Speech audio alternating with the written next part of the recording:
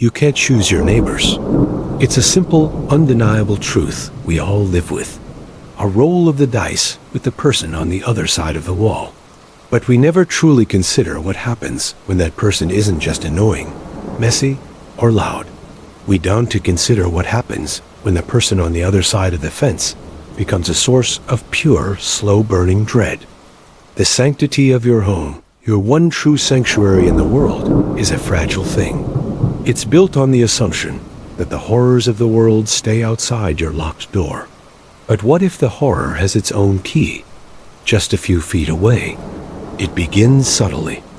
A sound you can't quite explain in the dead of night. A fleeting glimpse of something wrong through a window you can't unsee. A persistent, creeping feeling that you are being watched, that your private moments are no longer private, even in the perceived safety of your own home. Tonight, we aren't just sharing quick scares or campfire tales.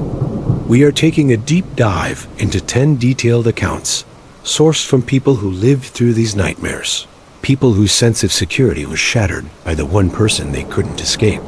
These are 10 long stories about the unsettling, the unexplainable, and the unforgettable horror of realizing your neighbor is your worst nightmare. So settle in, turn down the lights, and try to ignore the familiar creaks and groans of your own house. After tonight, you won't hear them the same way again. Story 1. When I first moved into the small suburban house on what seemed like a perfectly idyllic street, the old man across the way, Mr. Abernathy, seemed like a neighborhood fixture. The kind of person who was as much a part of the landscape as the old oak trees. He had lived there for 50 years, the mailman told me. A quiet, solitary man whose only real passion, his entire world, seemed to be his sprawling collection of garden gnomes. At first, I found it charming, in a quirky, eccentric sort of way. He had about a dozen of them, scattered amongst his prize-winning petunias and overgrown rosebush. They were all slightly different, with their little pointed red hats, long white beards, and frozen, cheerful smiles. They were his silent companions.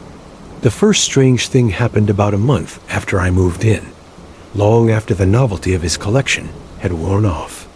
I was letting my dog, Buster, out for his last walk of the night. It was just after 11 p.m. The street was silent and draped in the hazy orange glow of the streetlights. Suddenly, Buster started barking uncontrollably, a deep, guttural sound he never made, his focus fixed like a laser on my front lawn. I looked out, and my heart gave a little jolt. Under the pale glow of the streetlight, I saw Mr. Abernathy standing perfectly still on my property. He was just standing there, holding a garden gnome. It wasn't one from his collection. This one was new, its paint still glossy. He bent down with the slow, deliberate, creaking care of an old man and placed it right at the edge of my walkway. Then he just straightened up and stared at my house for what felt like an eternity, before turning around and shuffling back across the street, disappearing into the shadows of his own porch. I was more confused than scared. It was bizarre, for sure, but he was an old man. Maybe he was confused. The next morning, the gnome was still there, smiling its vacant ceramic smile. I thought about moving it, but it felt wrong, like I'd be breaking some unspoken, weird rule. I left it. That night, it happened again. Just like clockwork, Buster went crazy. I looked out to see Mr. Abernathy in my yard, placing a second gnome a few feet away from the first. He repeated the exact same ritual. Place the gnome, stare at my house with an unnerving stillness, and leave without a sound. This continued every single night for a week. A new gnome, a new position on my lawn. By the fifth night, my unease had blossomed into genuine creeping fear. I could see the pattern emerging, and I realized what he was doing. They were slowly, methodically, forming a perfect circle around my house. These weren't cheerful lawn ornaments anymore. They were sentinels. Their painted, lifeless eyes all seemed to be fixed on my windows, following me as I moved from room to room. On the 8th night, sleep-deprived and on edge, I decided I'd had enough. My hands were trembling as I dialed the non-emergency police line. An officer came, a young guy who looked tired and unimpressed. He shone his flashlight on the gnomes scattered across my lawn, then looked at me like I was a hysterical woman wasting his time. "Ma'am," he said, sighing dramatically, "it's not a crime to put gnomes on someone's lawn. It's weird, sure, but he's not threatening you. Maybe just ... talk to him?" After he left, a feeling of complete, hopeless isolation washed over me. The circle was almost complete. There was just one gap left, a space right in front of my doorstep. I spent the next 2 days as a prisoner in my own home, peeking through the blinds at the silent, smiling army in my yard. I didn't sleep. Every creak of the floorboards, every rustle of leaves outside, sent a jolt of pure adrenaline through me. On the 3rd day, I knew he would come to close the circle. I sat in my darkened living room, my phone in my hand, watching, waiting. But midnight came and went. Nothing. An hour passed. Then, too, a profound sense of relief washed over me. Maybe he'd finally stopped. Maybe the police officer did talk to him. I was just about to give up and go to bed when I heard a soft thump directly outside my door. It wasn't on the lawn. It was on the welcome mat itself. My heart hammered against my ribs so hard I could feel it in my throat. I crept to the door, my bare feet silent on the floorboards, and peered through the peephole. I saw nothing but the empty porch, illuminated by the dim yellow light. After an hour of agonizing silence, I worked up the courage to open the door just a crack. A final gnome was there. It was placed directly in front of the door, blocking my exit. This one was different from all the others. It wasn't smiling. Its ceramic face was a mask of painted rage, its mouth a twisted snarl. And in its tiny, outstretched hand, it held a small, crudely made replica of my house key. Story 3. The house next door had a dark reputation that clung to it like damp rot. People in the neighborhood whispered about it, saying it was a place where bad things had happened, though no one could ever agree on the specifics. Some said a family had vanished from it overnight. Others spoke of a lone man who had gone mad within its walls. So when a man finally bought it, after it had sat abandoned for years, a dark, eyeless presence on our street, we were all cautiously optimistic. He was a quiet man who introduced himself as Arthur. He kept to himself, never making eye contact. But what was truly strange was that he never moved any furniture in. We saw no moving truck, no friends helping with boxes. No couches, no tables, no bed, just himself. I work from home as a graphic designer, so my office window provided a front row seat to his bizarre routine. Every single day, he would arrive at the empty house at precisely 8 a.m. and leave after the sun had set. Through the grime-covered windows, I could see him inside, not renovating, not cleaning, but ... painting. He was covering every available surface, the walls, the floors, even the ceilings, with strange, complex symbols. They were geometric, almost mathematical in their precision, but they were jagged and angular, and they made my head ache just looking at them. They were all painted in a stark, matte black against the pale, peeling floral wallpaper of the old house. As the weeks went on, he grew visibly gaunt and pale. Dark circles formed under his eyes, and his movements became slow and exhausted, as if the work was draining the very life out of him. The subtle feeling of dread that had always emanated from the house intensified, becoming a palpable presence in the neighborhood. My dog would refuse to walk on that side of the street. I found myself instinctively avoiding the windows on that side of my house, drawing the blinds and telling myself it was to reduce glare. One night, my morbid curiosity got the better of me. I saw a strange, flickering light inside the house. Fearing a fire, I grabbed a flashlight, crept across my lawn, and over to his living room window. I wiped away some of the filth and peered inside.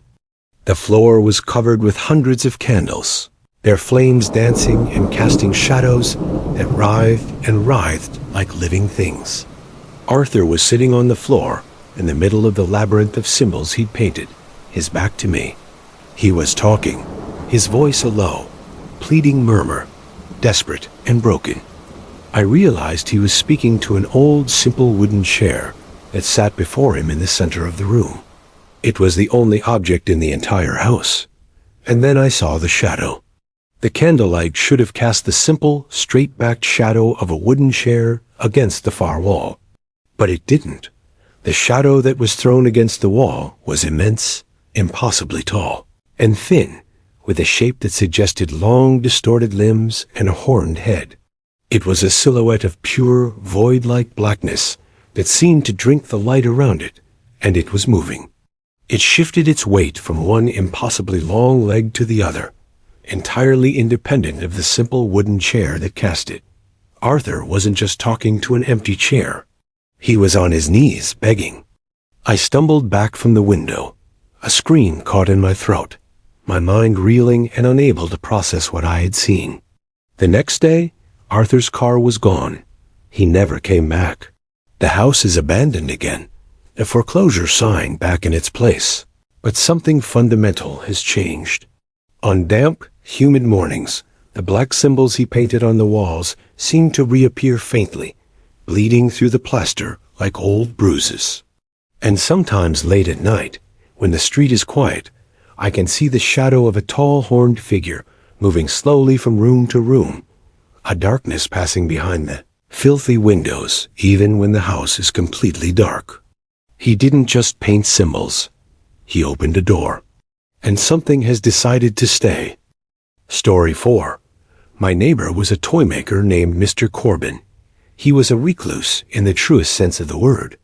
I only ever saw him as a hunched silhouette through his small, street-level basement window, working late into the night under the harsh, swinging light of a single bare bulb. His creations were unsettling. They were technically toys, but no child would ever want one. I'd see them sometimes displayed on his crumbling front porch, presumably for sale, though I never saw anyone buy one. There were dolls with too many joints, their limbs bending at unnatural angles. Marionettes with eerily human-like hair that looked all too real. Wooden animals with carved eyes that seemed too knowing, as if they were watching you pass by. I always had a bad feeling about him, a sense of deep, instinctual unease whenever I walked past his house. Then I started noticing something that turned my unease into a cold knot of dread. Some of his toys bore a disturbing, specific resemblance to people in our neighborhood.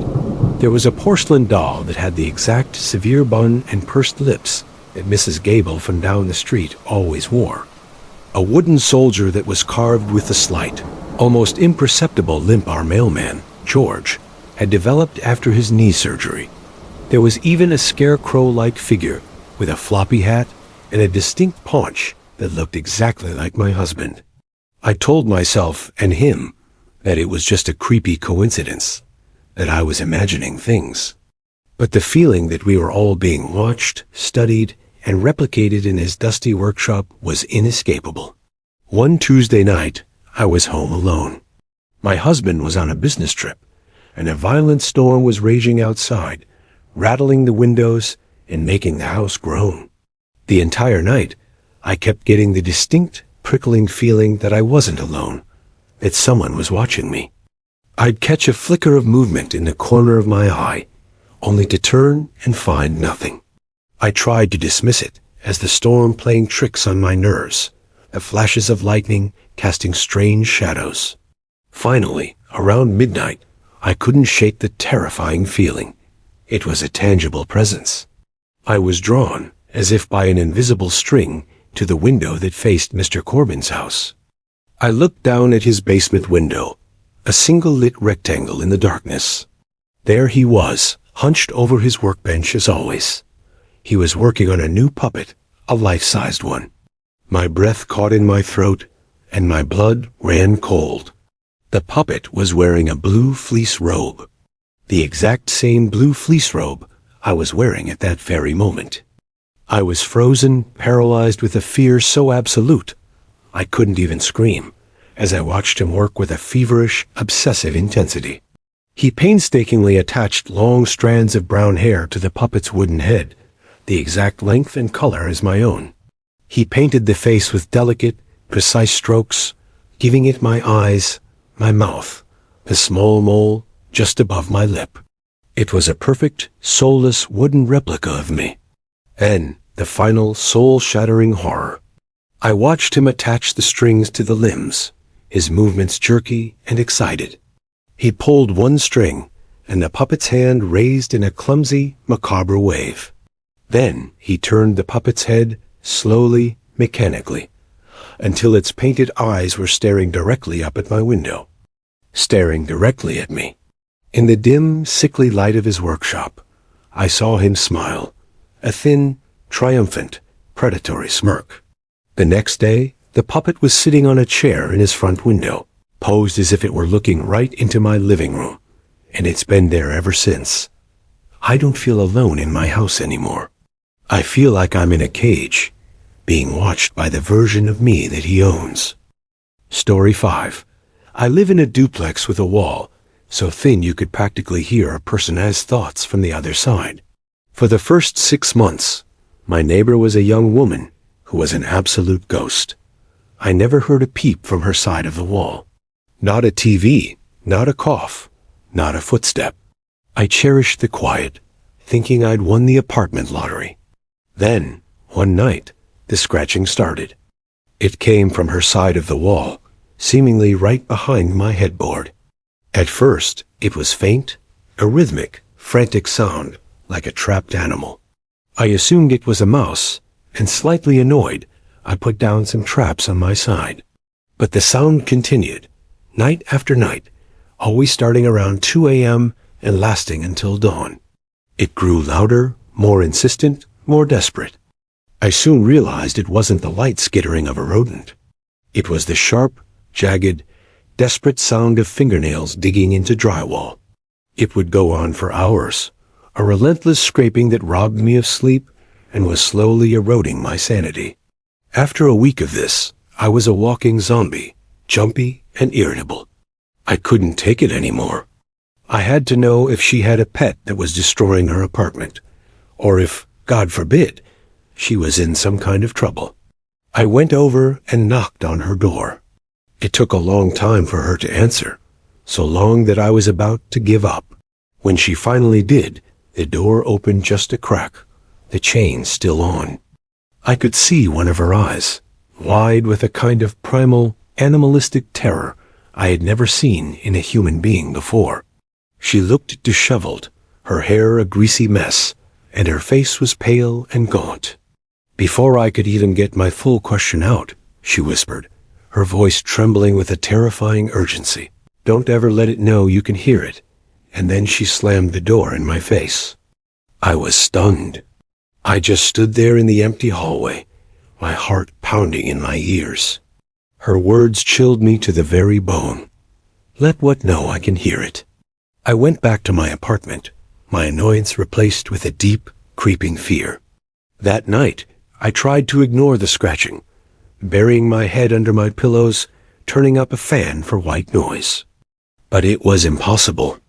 It was much, much louder now, almost ferocious, as if whatever was making the noise was furious that I had acknowledged it. The sound was no longer just scratching. It was punctuated by heavy, sickening thuds against the wall, like a body being slammed against it over and over. I never spoke to her again, and I didn't dare knock on her door.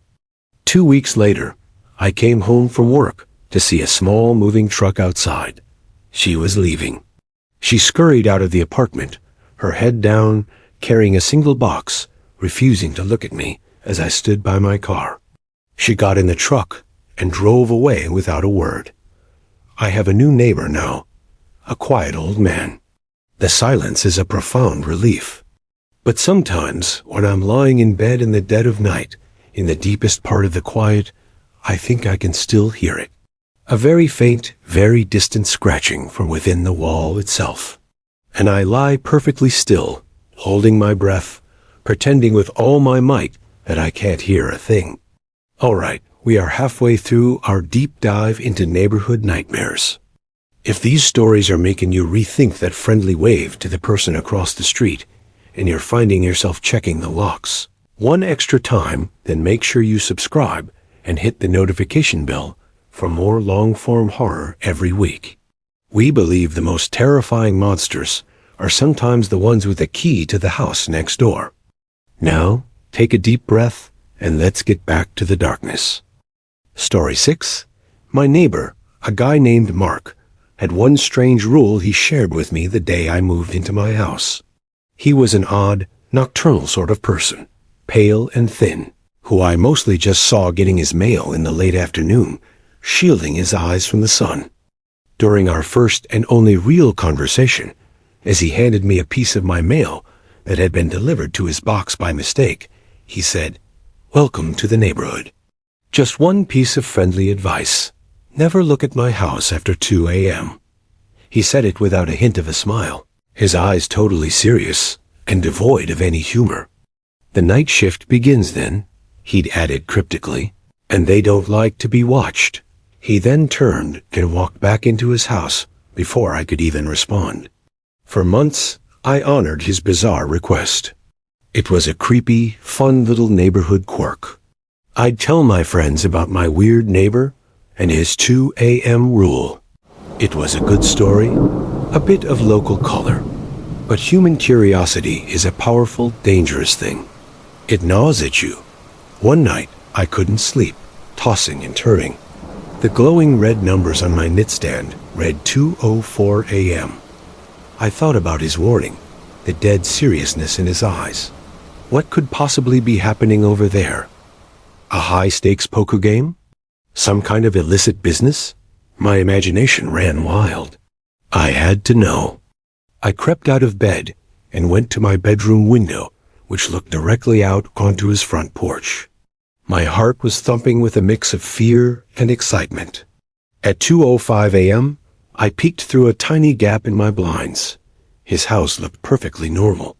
It was dark, quiet, not a single light on. The entire street was asleep. I felt a pang of disappointment. For all my mental build-up, it was nothing. I was about to turn away when I saw it. His front door began to bulge outward. The dark wood groaned and warped, the frame splintering, as if under immense, impossible pressure from the inside. It didn't open so much as it was forced, ripped from its latch. Something came out, but it wasn't Mark. It was impossibly tall, so tall it had to crouch to get through the mangled doorframe. And it was unnaturally thin, like a stick figure made of burnt shadow, a sketch of a man drawn in pure black. It didn't walk. It unfolded itself into the night, its limbs moving at angles that were just wrong, snapping and clicking. It stood on his lawn, a column of pure blackness against the gray night, seeming to absorb the very light around it. I was paralyzed, my hand clamped over my mouth to stifle a scream. Then it turned its head. It didn't turn like a person. The head snapped around in a full 180-degree swivel, a jerky, mechanical, unnatural motion. There was no face, just a smooth, dark, featureless surface. But I felt its gaze lock onto my window with an absolute, horrifying certainty. It wasn't seeing me with eyes. It was a psychic pressure, a sudden feeling of being known and utterly exposed that crushed the air from my lungs and made my vision swim. I threw myself to the floor, my heart hammering against my ribs. I scrambled away from the window on my hands and knees and didn't peek again. The next day, Mark was outside getting his mail at 4 p.m., just like usual. He looked over at me as I was getting into my car, my hands still shaking. He didn't wave. He didn't smile. He just gave me a cold, knowing stare, a look of profound disappointment and menace. I understood then that his rule wasn't a friendly piece of advice. It was a threat. He knows I looked. And now, every night, I sit in the dark, my curtains drawn tight, terrified of what will happen when 2 a.m. rolls around, wondering if tonight, is the night they decide they really don't like being watched. Story 7. The family that moved in next door was perfect. Suspiciously, unnervingly perfect. They were the Walkers. Bill, the handsome father. Carol, the beautiful mother. And their two smiling, well-behaved children, Josh and Sarah. Their lawn was a manicured, weedless sea of impossible green. Their white picket fence was always freshly painted, gleaming in the sun. Their smiles were constant, wide and unwavering. They were like a family from a 1950s television commercial, but in unsettling high definition. It was the smiles that got to me. They were too wide, too bright, and they never, ever reached their eyes. Their eyes were vacant, glassy, and still. I first noticed how truly strange they were at a neighborhood block party. They stood together in a tight, perfect unit, and their interactions with everyone were stilted, delayed, like actors reading from a script they'd just been handed. They'd respond to jokes with a slight pause, followed by a laugh that sounded more like a recording than a genuine emotion. "That is humorous," the father, Bill, said after I told a simple pun about gardening. He just stared at me, his smile fixed and twitching at the corners. I laughed awkwardly, thinking he was making a dry, nerdy joke. He didn't react, just continued to stare. One evening, I was in my backyard, tending to my tomato plants, when I heard them arguing. I crept to a gap in the fence, my curiosity piqued.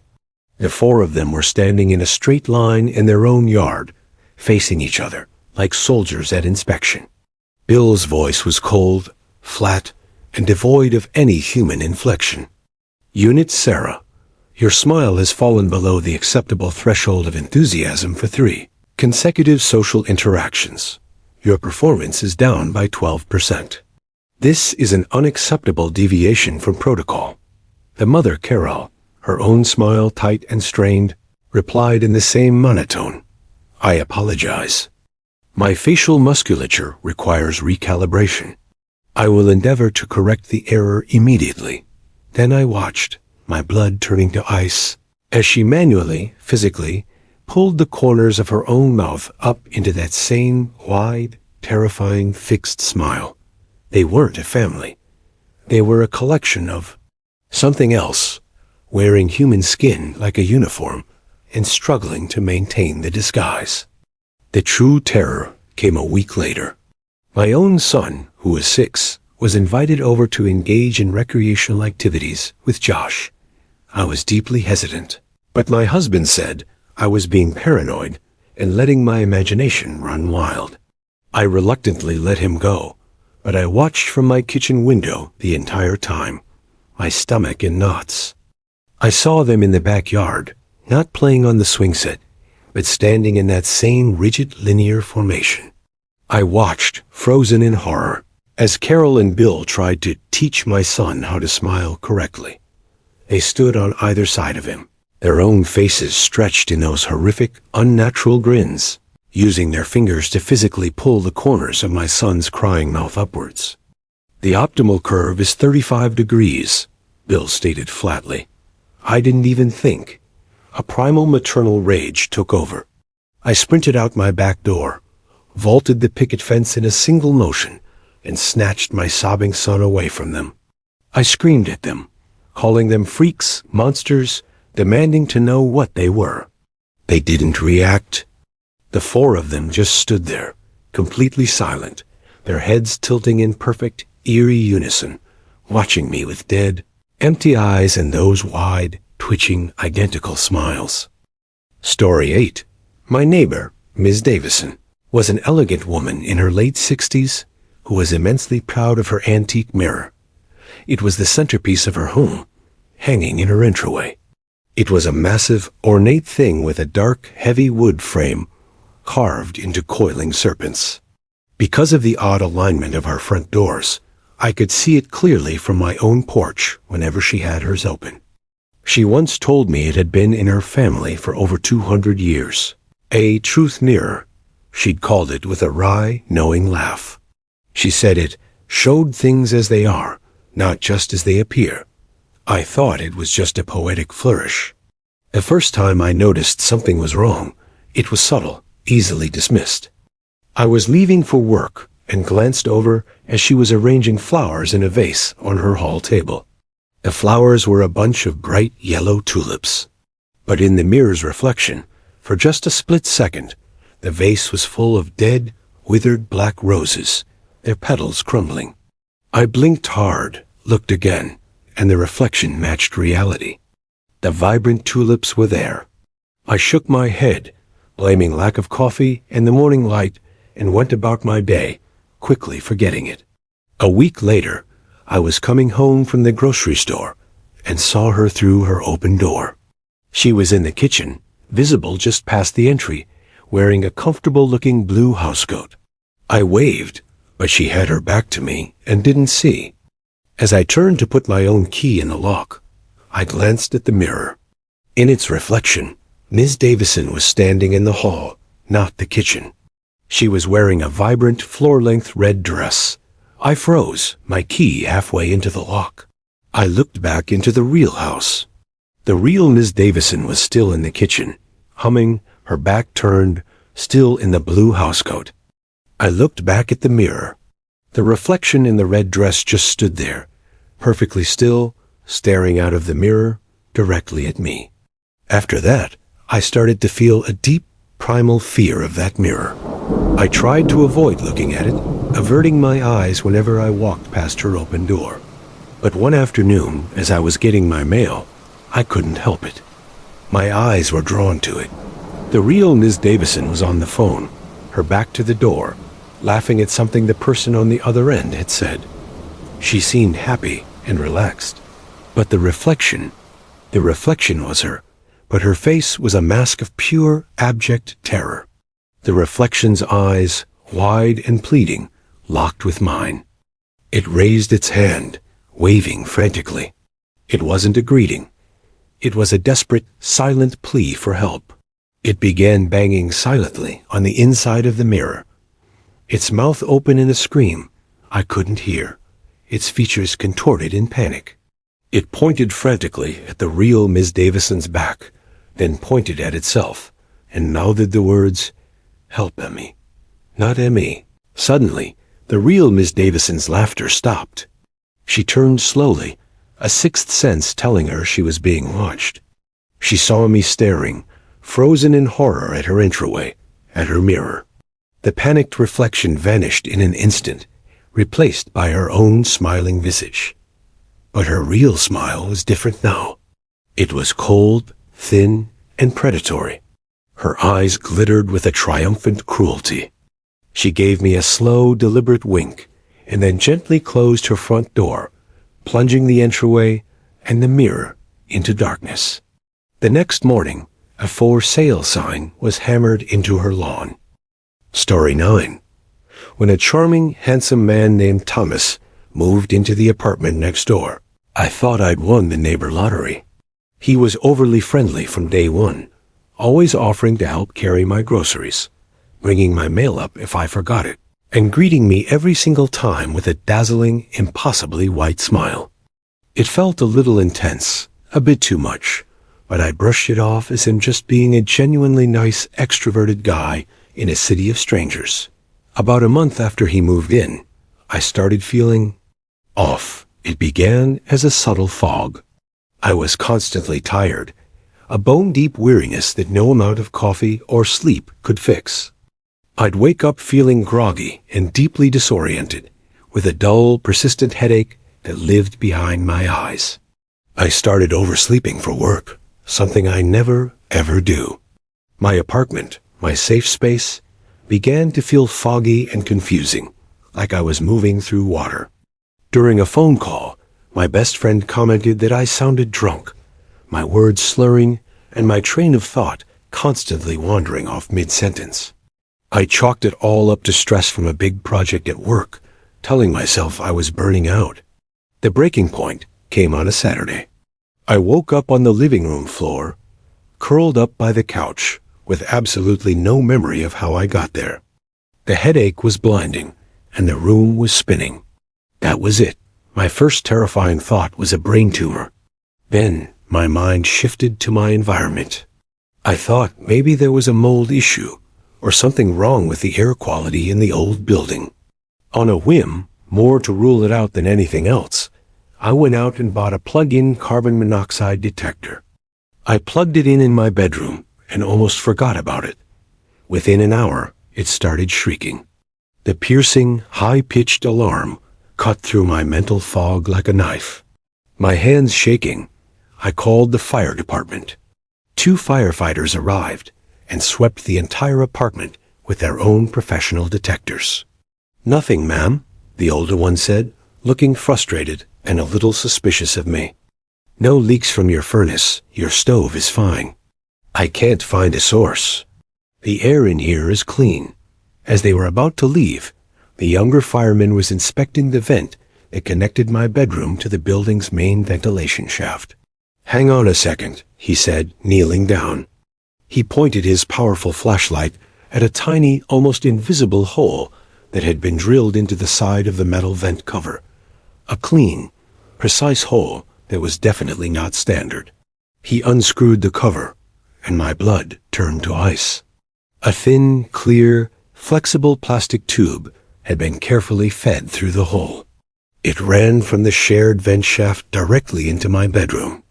It was positioned perfectly to pump gas into the room while I slept. The firefighters followed the tube back through the grimy shaft into the shared wall. After a few minutes of investigation, they confirmed it. It ended in Thomas's apartment. The realization hit me like a physical blow. The exhaustion, the headaches, the confusion, the memory loss. He wasn't being nice. He was systematically sedating me. He was trying to make me drowsy, weak, and compliant. For what purpose? My mind refused to even imagine. While the firemen called the police, I threw my essentials into a bag, my hands shaking so badly I could barely zip it. I left my apartment and didn't look back, sitting in my car across the street until the police arrived. I watched them escort Thomas out of the building. As they put him in the back of the squad car, he looked over and saw me. He was still smiling. Story 10. The apartment directly above mine was occupied by a man I never saw. The landlord, Mr. Henderson, had told me he was a reclusive writer who worked from home and valued his privacy above all else. In the 6 months I lived there, I never once crossed his path. The only evidence I had of his existence was the sound of his pacing. Every single night, starting around 10 p.m.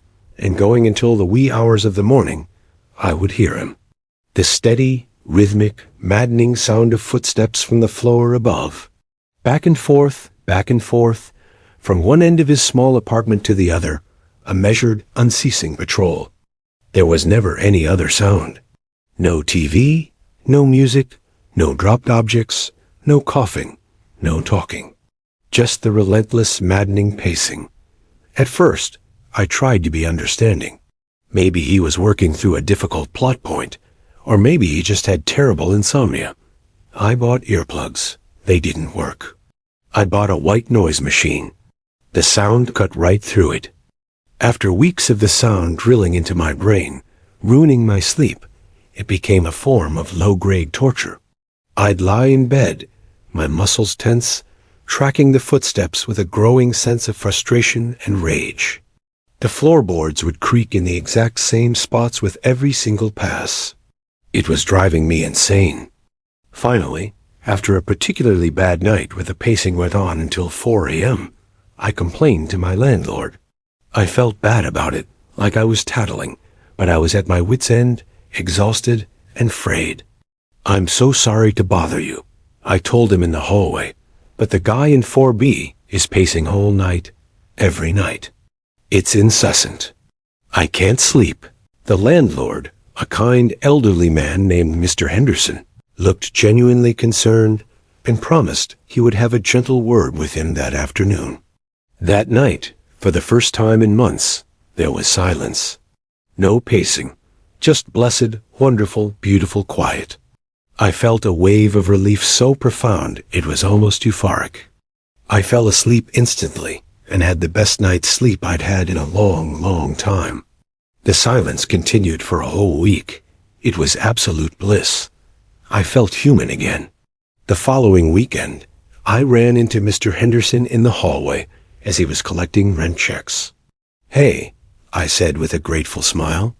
"I just wanted to thank you so much for talking to the guy in 4B. It's been completely quiet ever since. You're a lifesaver." Mr. Henderson stared at me, his friendly face clouding over with confusion. That confusion then slowly morphed into a look of absolute horror. "What are you talking about?" he said, his voice dropping to a shocked whisper. I haven't had a chance to go up there yet. I've been so busy." He swallowed hard, his eyes wide. I was going to tell you. I'm so sorry. I just found out from his family yesterday. The tenant in 4B passed away peacefully in his sleep. It happened 2 weeks ago. I felt the blood drain from my face. The world tilted. 2 weeks ago. I had been listening to him pace back and forth for a full week after he was already dead. The blissful silence I had been enjoying for the past 7 days suddenly felt oppressive and terrifying. I realized with a jolt of pure ice-cold fear that I hadn't thanked the landlord for stopping the noise. I had complained about a ghost. I mumbled something and went back to my apartment, my mind racing and refusing to connect the dots. That night, I lay in bed, surrounded by a silence that was now heavier and more frightening than the noise had ever been. I strained my ears, listening to the suffocating nothing, and then I heard it. A single, slow, deliberate creak of a floorboard from the empty apartment above me.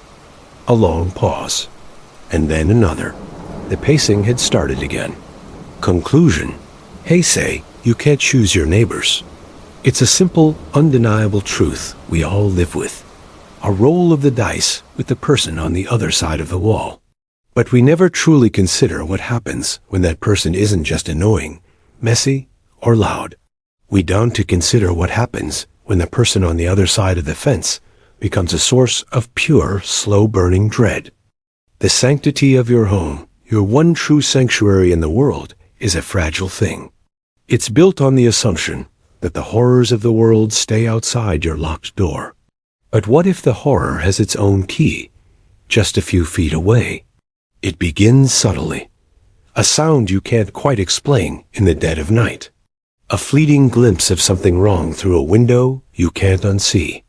A persistent, creeping feeling that you are being watched, that your private moments are no longer private, even in the perceived safety of your own home.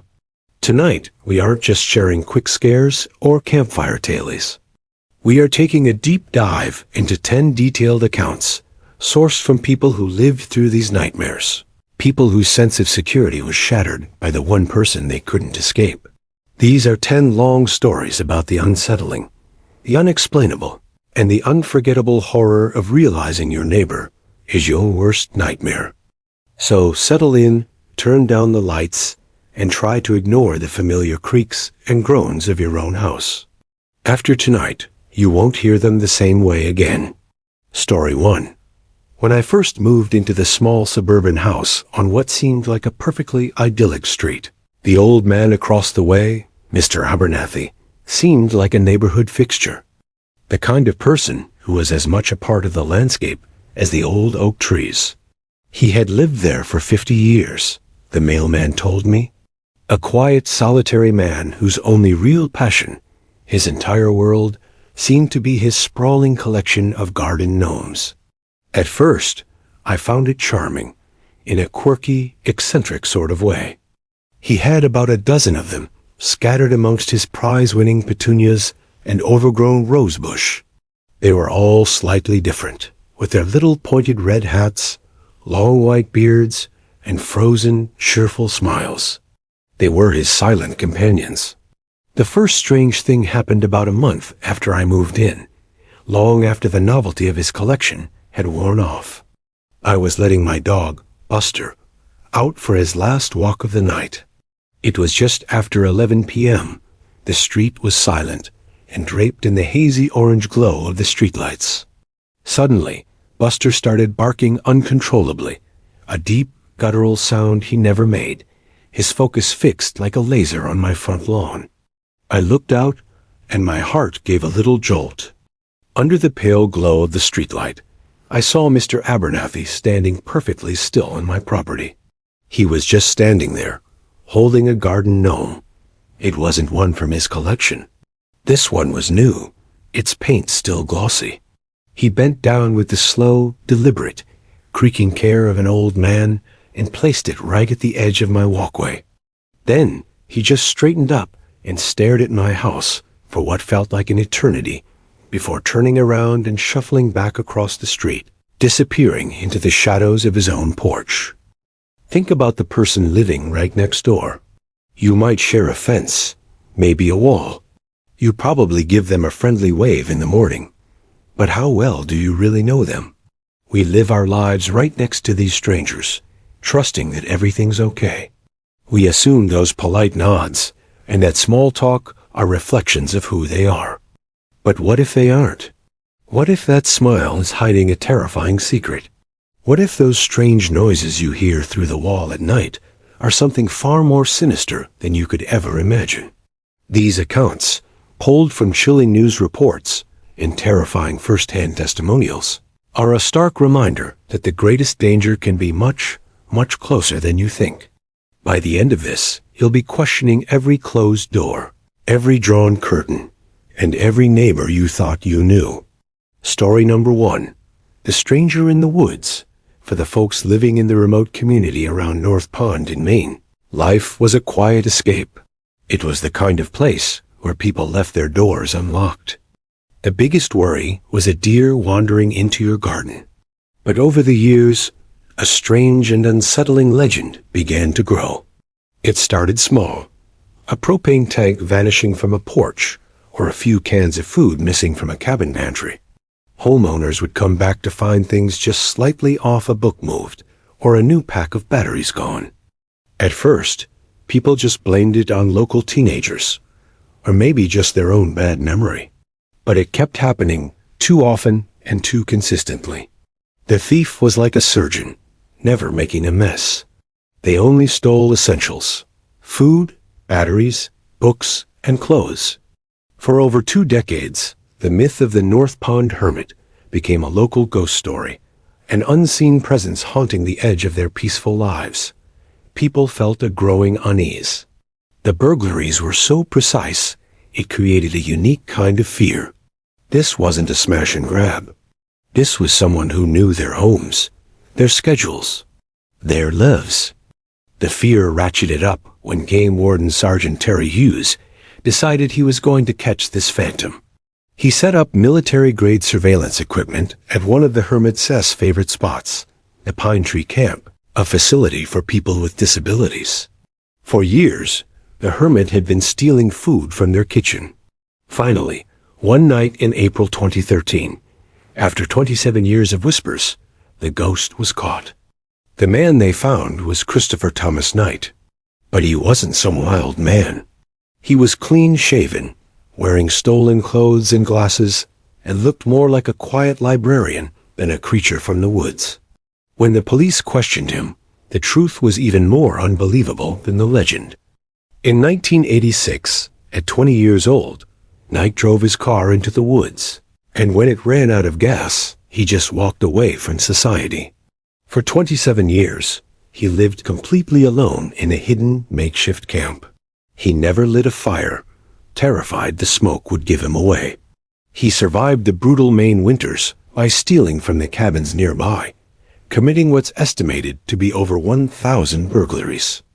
He told the police that in almost 3 decades, he had only spoken a single word to another human, a quick hello to a hiker he passed in the 90s.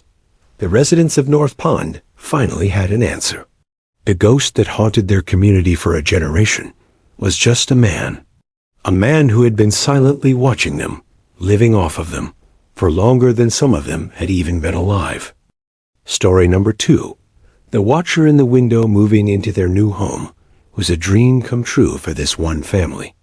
It was a quiet suburban street, the kind of place where you see kids riding their bikes and neighbors bringing over welcome baskets. Their next-door neighbor was an older guy who pretty much kept to himself. He'd give a quiet nod when he saw them, but that was about it. The family respected his privacy and didn't think much of it. The first few months were perfect. But then, a creepy feeling started to set in, a feeling that they were being watched. It started with the wife. She'd be in the kitchen washing dishes, facing her neighbor's house, and she'd catch a flicker of movement in his window out of the corner of her eye. When she'd look up, the curtain would quickly drop back into place. She tried to write it off as her imagination, but it kept happening. Then her husband started noticing it too. They'd be in their backyard, playing with their kids, and just get that distinct feeling of eyes on them. They'd scan the neighbor's house and see nothing but dark, empty windows. The paranoia started to build. They began closing their blinds more, feeling like prisoners in their own house. They tried to convince themselves they were overreacting, that it was just a lonely old man curious about his new neighbors. They tried to ignore it, to get their sense of normalcy back. But one evening, that fragile peace was completely shattered. The husband was taking out the trash after dark when he saw a strange, faint light in the neighbor's upstairs window, the one that looked directly into their daughter's bedroom. It wasn't the warm glow of a lamp. It was a cold, greenish light. He squinted, trying to make it out, and then his blood ran cold. The man was standing there in the window, holding a pair of what looked like night vision goggles, staring right into their home. He was so blatant about it, so unafraid of being seen, that it was clear this wasn't the first time. The next morning, they found a note tucked under their doormat. It was in shaky, block letters. "Your daughter looks so peaceful when she sleeps. You should keep her windows locked." The police were called immediately.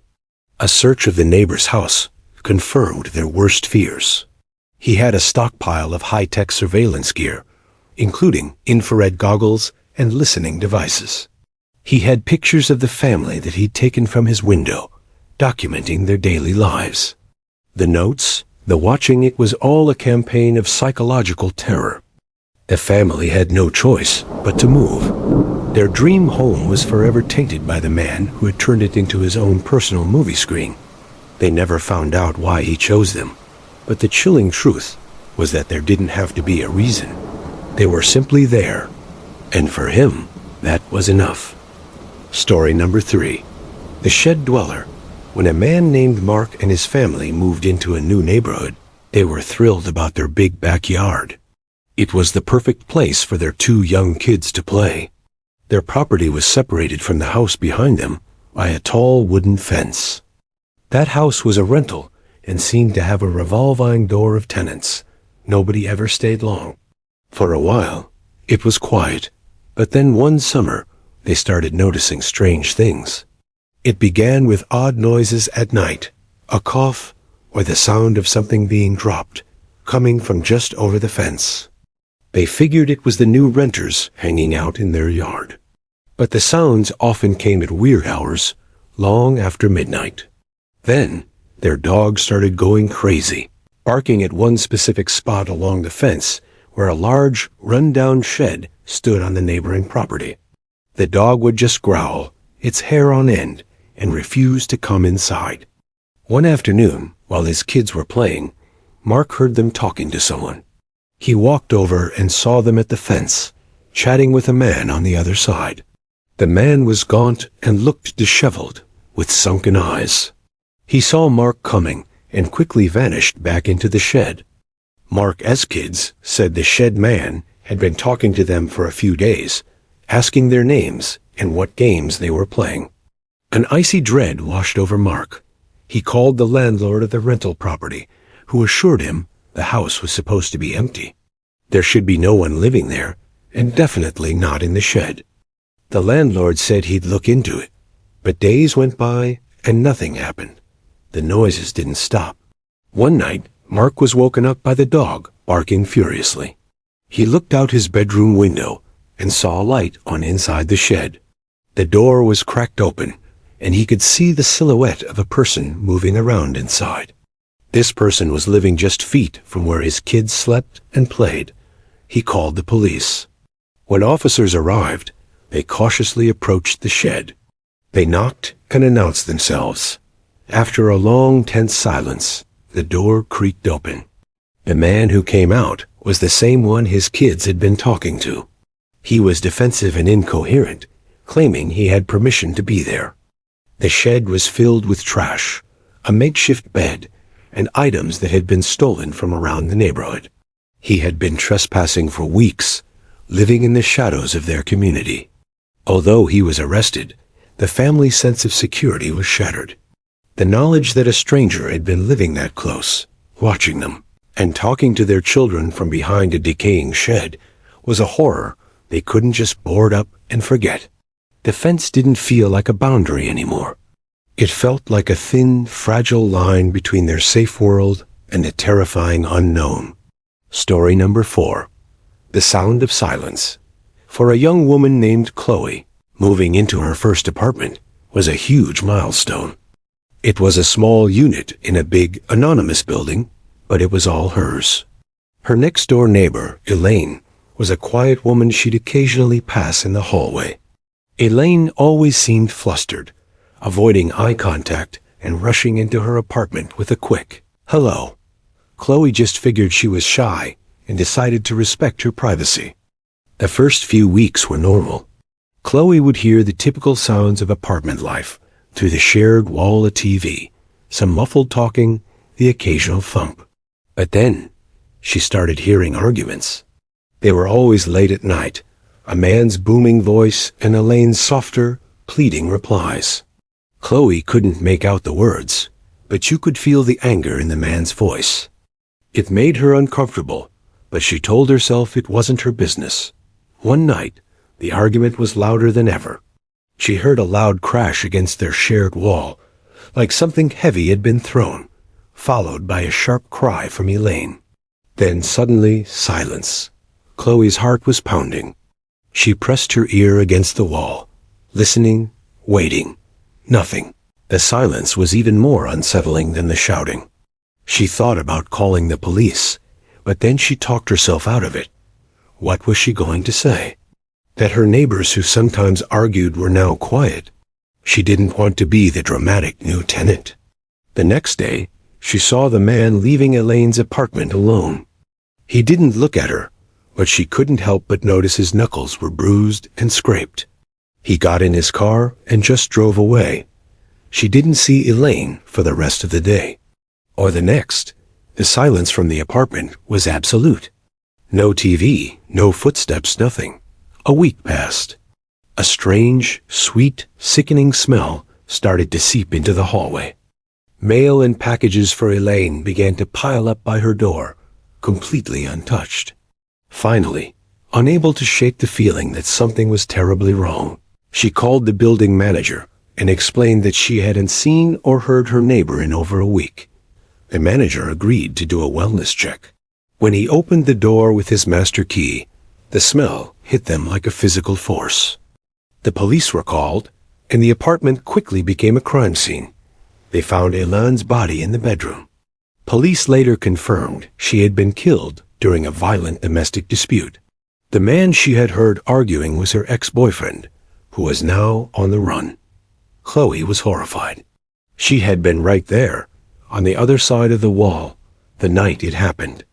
She heard the fight, the crash, the cry, and then the awful, damning silence.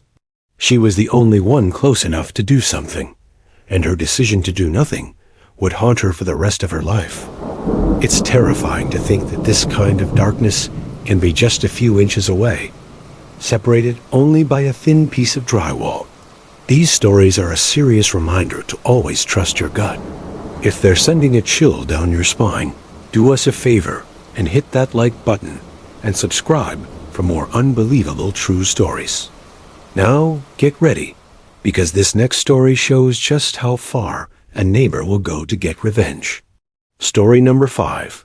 The poisoned yard. Sometimes, a fight between neighbors starts over something small, a parking spot, a loud party, a fence.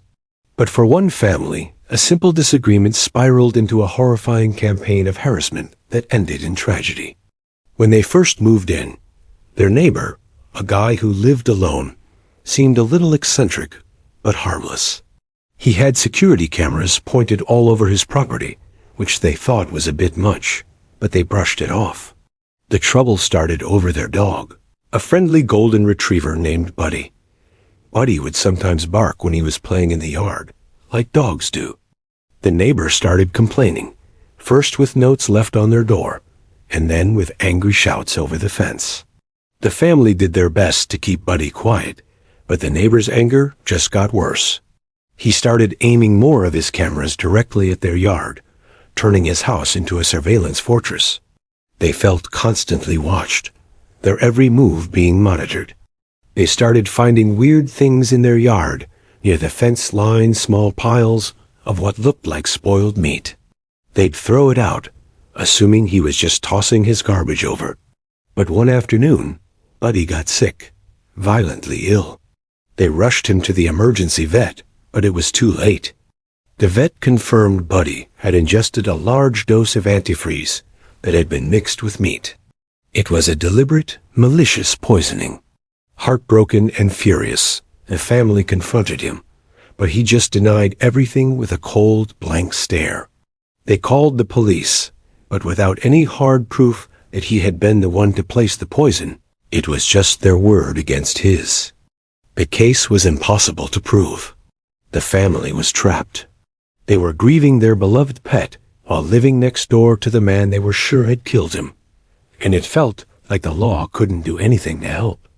The harassment didn't dare. The neighbor seemed to get bolder. He would stand at his window and just watch them with a smirk on his face. He'd blast music at all hours of the night. Their yard, which used to be a place of joy, now felt like a graveyard. The final straw came when they saw large patches of their grass turning brown and dying. A soil test showed the ground had been soaked with a powerful herbicide, making it toxic. He wasn't just content with killing their dog. He was systematically poisoning their entire property. The family was living in a state of psychological warfare. The man next door had made it his personal mission to ruin their lives, and it all started with the bark of a happy dog. Faced with a neighbor who was both a killer and a tormentor, they had no choice but to abandon their home, forced out by a war they never even wanted to fight.